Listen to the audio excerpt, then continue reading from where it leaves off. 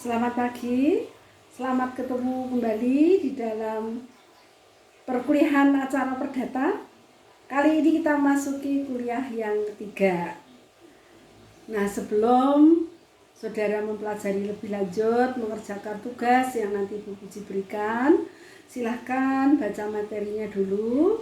Tapi sebelum membaca materi, tolong dengarkan apa yang Bu Puji sampaikan. Nah, pada kuliah ketiga ini nanti saudara akan diajak untuk mempelajari tentang tahapan beracara. Yang kita tahu dalam kuliah kedua sudah disebutkan tahapan beracara itu ada 3, yaitu tahap pendahuluan, penentuan, dan pelaksanaan putusan. Di dalam menjalankan tugas tahapan acara perdata tadi, tidak bisa ditinggalkan dengan alat perlengkapan yang ada. Alat perlengkapan yang sangat berkaitan dengan itu siapa saja? Ada jurusita, ada panitera, dan ada juga hakim. Ya, jurusita, panitera, hakim secara garis besar sudah diberikan di yang kedua. Tetapi saya hanya mau menekankan lagi bahwa hakim sebagai salah satu alat perlengkapan di dalam beracara itu mempunyai 3 tugas penting. Yang pertama adalah tugas mengkonstatir peristiwa, mengkualifisir peristiwa, dan mengkonstituir peristiwa. Apa itu mengkonstatir, mengkualifisir, dan mengkonstituir peristiwa? Silahkan dibaca di PPT. Yang lain selain tugas hakim, maka saudara akan mempelajari juga tentang asas-asas beracara. Di dalam acara perdata ada banyak sekali asas yang dikenal. Ada asas yang pertama dikenal asas tidak ada keharusan mewakilkan. Jadi orang itu beracara boleh sendiri, boleh dengan wakil. Yang kedua ada asas hakim bersifat menunggu, ya. Hakim bersifat menunggu. Jadi hakim itu ada kalau ada perkara yang datang. Hakim nggak boleh mencari-cari perkara. Konsekuensinya kalau hakim bersifat menunggu, setiap perkara yang datang harus diperiksa.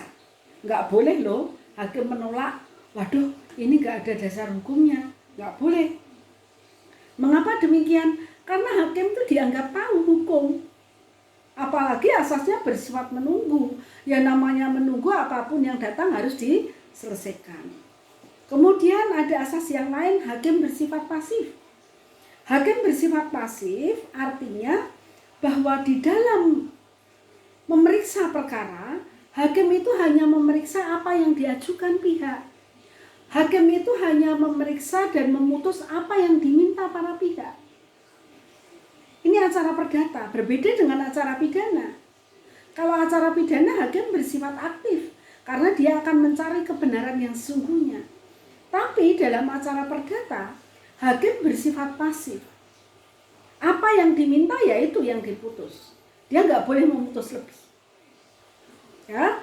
Kemudian selain asas hakim pasif, juga ada asas sidang terbuka untuk umum. Dalam pelaksanaan sidang harus dinyatakan dengan pintu terbuka. Ya, mengapa? Untuk menjamin objektivitas supaya yang mereka yang datang ke pengadilan itu merasa dihargai hak-haknya, tidak merasa dilanggar hak-haknya, ya. Jadi dijamin objektivitas pemeriksaannya. Yang berikutnya, yang ketiga, selain objektivitas pemeriksaannya, hakim dalam memutus harus menyertakan alasan. Ya. Putusan yang bagaimanapun harus disertai alasan. Tanpa alasan nggak boleh dia memutus. Kemudian selain itu ada asas beracara dikenakan biaya. Jadi dalam beracara ada biayanya, nggak gratis. Ada biayanya. Kemudian ada asas peradilan negara yang dilakukan itu peradilan. Ada asas ketuhanan bahwa hakim dalam memeriksa harus ketuhanan, ya. Ini asas-asas di dalam acara perdata. Banyak sekali asasnya, nanti silakan dibaca satu persatu. Juga akan dilanjutkan dengan asas kekuasaan kehakiman. Hampir mirip, tapi bedanya kalau asas perdataan tadi hanya berlaku di lingkungan acara perdata. Tapi kalau asas kekuasaan kehakiman itu berlaku juga semua pemeriksaan beracara. Baik itu acara perdata, acara pidana, acara tata usaha negara, baik itu di pengadilan negeri maupun di pengadilan agama, semua menggunakan asas-asas kekuasaan kehakiman.